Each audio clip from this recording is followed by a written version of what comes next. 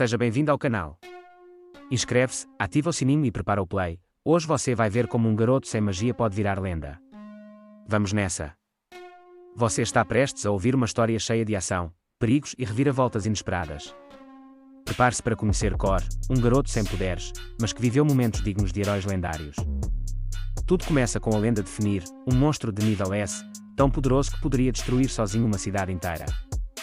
Certa vez, um pequeno vilarejo, cansado de ser atacado por essa criatura, gastou todas as suas economias para contratar um famoso grupo de aventureiros conhecido como Presas de Dragão Flamejante. Naquela noite silenciosa, Fenrir apareceu de repente. Um garoto observava de longe quando a fera o lançou para longe como se fosse um brinquedo.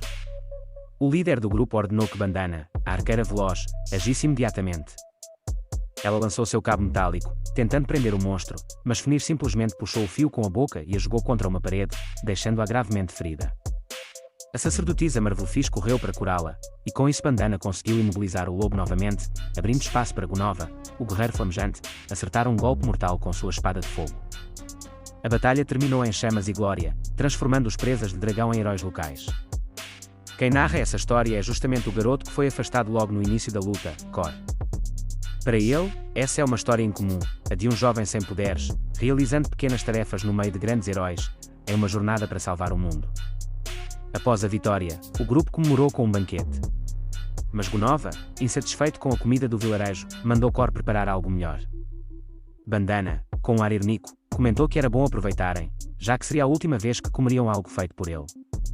Sem entender, Cor perguntou o motivo, e Gunova foi direto: ele estava sendo demitido por ser fraco demais, incapaz até de derrotar um simples slime.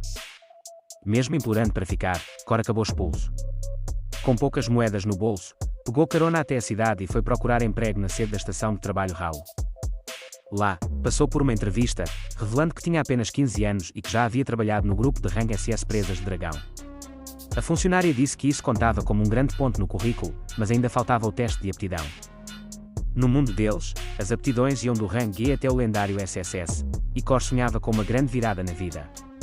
Porém, o resultado foi decepcionante, rango G em tudo.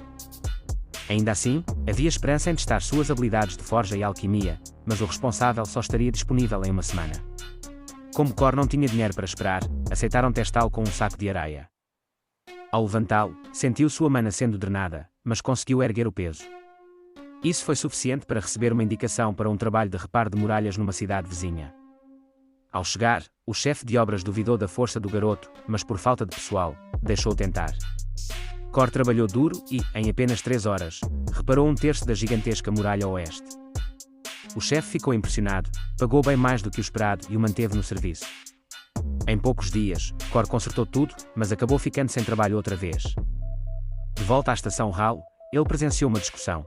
Uma mulher procurava um minerador, mas queria pagar apenas pelo resultado final. Sem pensar 2 vezes, Cor se ofereceu para o serviço, dizendo que já tinha experiência em minas. A contratante, desconfiada de seu físico frágil, preferia um anão forte, mas o preço de contratação era alto demais. No fim, Cor acabou sendo contratado, mesmo que a mulher não parecesse muito feliz com a escolha. Na estação de trabalho Ralo, a funcionária comentava com uma colega que Cor era bonzinho demais. E, com aquele rosto adorável, poderia até trabalhar em um alojamento de lazer, se é que você me entende. A amiga, sem paciência para essas ideias, pediu que ela parasse com as bobagens e entregou o envelope, o pagamento pelo reparo da muralha.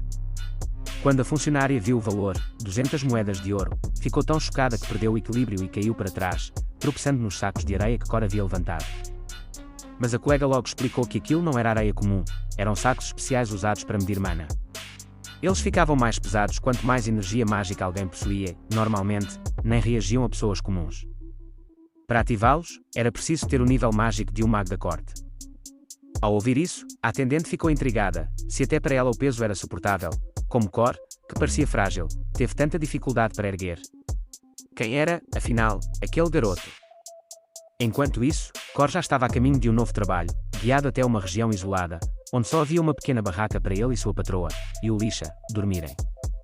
O jovem, um pouco envergonhado, disse que não podia dividir o mesmo espaço com uma mulher tão bonita. A frase deixou a mulher sem jeito, pensando que ele estava sendo atrevido, mas Cor garantiu que nunca tinha visto alguém tão bela nos seus 15 anos de vida. No entanto, Yulisha, prática como sempre, mudou de assunto e jogou para ele uma comida simples, mas feita por ela mesma. Cor ficou feliz, fazia muito tempo que ninguém cozinhava para ele. Diferente do seu antigo grupo, que sequer comia ao seu lado, sua nova chefe parecia ter um bom coração. À noite, o garoto tentou dormir, mas, ao se virar, viu Yulisha usando apenas uma roupa curta. Ele quase deixou escapar um grito abafado, mas se controlou. Mal sabia ele que aquilo era um teste, e Yulisha queria ver se ele tentaria algo. Quando percebeu que ele era respeitoso, concluiu que Cor, além de bonito, era divertido de provocar. Na manhã seguinte, ela descobriu que ele havia dormido fora da barraca para não incomodá-la e até consertado o botão do casaco dela. Agradecida, disse que precisavam começar logo a mineração, já que tinham apenas uma semana para juntar 10 moedas de ouro. Cor sugeriu analisar o terreno antes de cavar. Logo encontrou um cristal que sozinho valia cerca de 3 moedas de ouro. Em tempo recorde, examinou o local e achou mais pedras, mas explicou que, por serem pequenas, o ideal era transformá-las em cristais mágicos. Yulisha ficou surpresa, menos de 10 artesãos no reino eram capazes disso, e Cor fez o processo em poucos segundos, algo que normalmente levava uma hora. Antes da noite cair, ela foi vender os cristais. No mercado, uma amiga avaliou uma das peças e disse que valia apenas 10 pratas, até notar que o cristal tinha 10 vezes mais mana que o normal e fora tratado para não vazar energia. Assim, ela ofereceu 10 moedas de ouro por cada um. Como Yulisha tinha 50 peças, saiu de lá com um saco pesando 500 moedas de ouro. A compradora fez 2 pedidos, que Yulisha vendesse somente para ela e que revelasse quem havia criado aqueles cristais. Mas Yulisha se recusou a dar informações sem a permissão do próprio Cor. Diante disso, a mulher revelou ser uma maga da corte real e disse que estava oferecendo a ele um cargo de diretor de um laboratório real de pesquisa, com título de barão ou até conde honorário. Confusa com tudo aquilo, Yulisha voltou à estação Hal para saber mais sobre o garoto. Lá, descobriu que Cor já fora membro dos Presas de Dragão Flamejante, mas havia sido demitido, e recentemente ganhara 200 moedas de ouro por consertar sozinho uma muralha inteira. Impressionada, depositou 499 das 500 moedas que havia ganhado na conta dele e pediu sigilo absoluto. Ao retornar para encontrá-lo, viu que, em menos de um dia, Cor havia construído uma casa de madeira inteira no acampamento. Surpresa, ela perguntou se aquilo era normal. Cor respondeu calmamente que, na vila onde nasceu, todo mundo fazia isso. O que Yulisha não sabia, é que esse garoto simples e humilde estava prestes a mudar o destino não apenas dela, mas de todo o reino. Se curtiu, deixa o like, se inscreve e ativa o sininho, porque na próxima, vem mais confusão.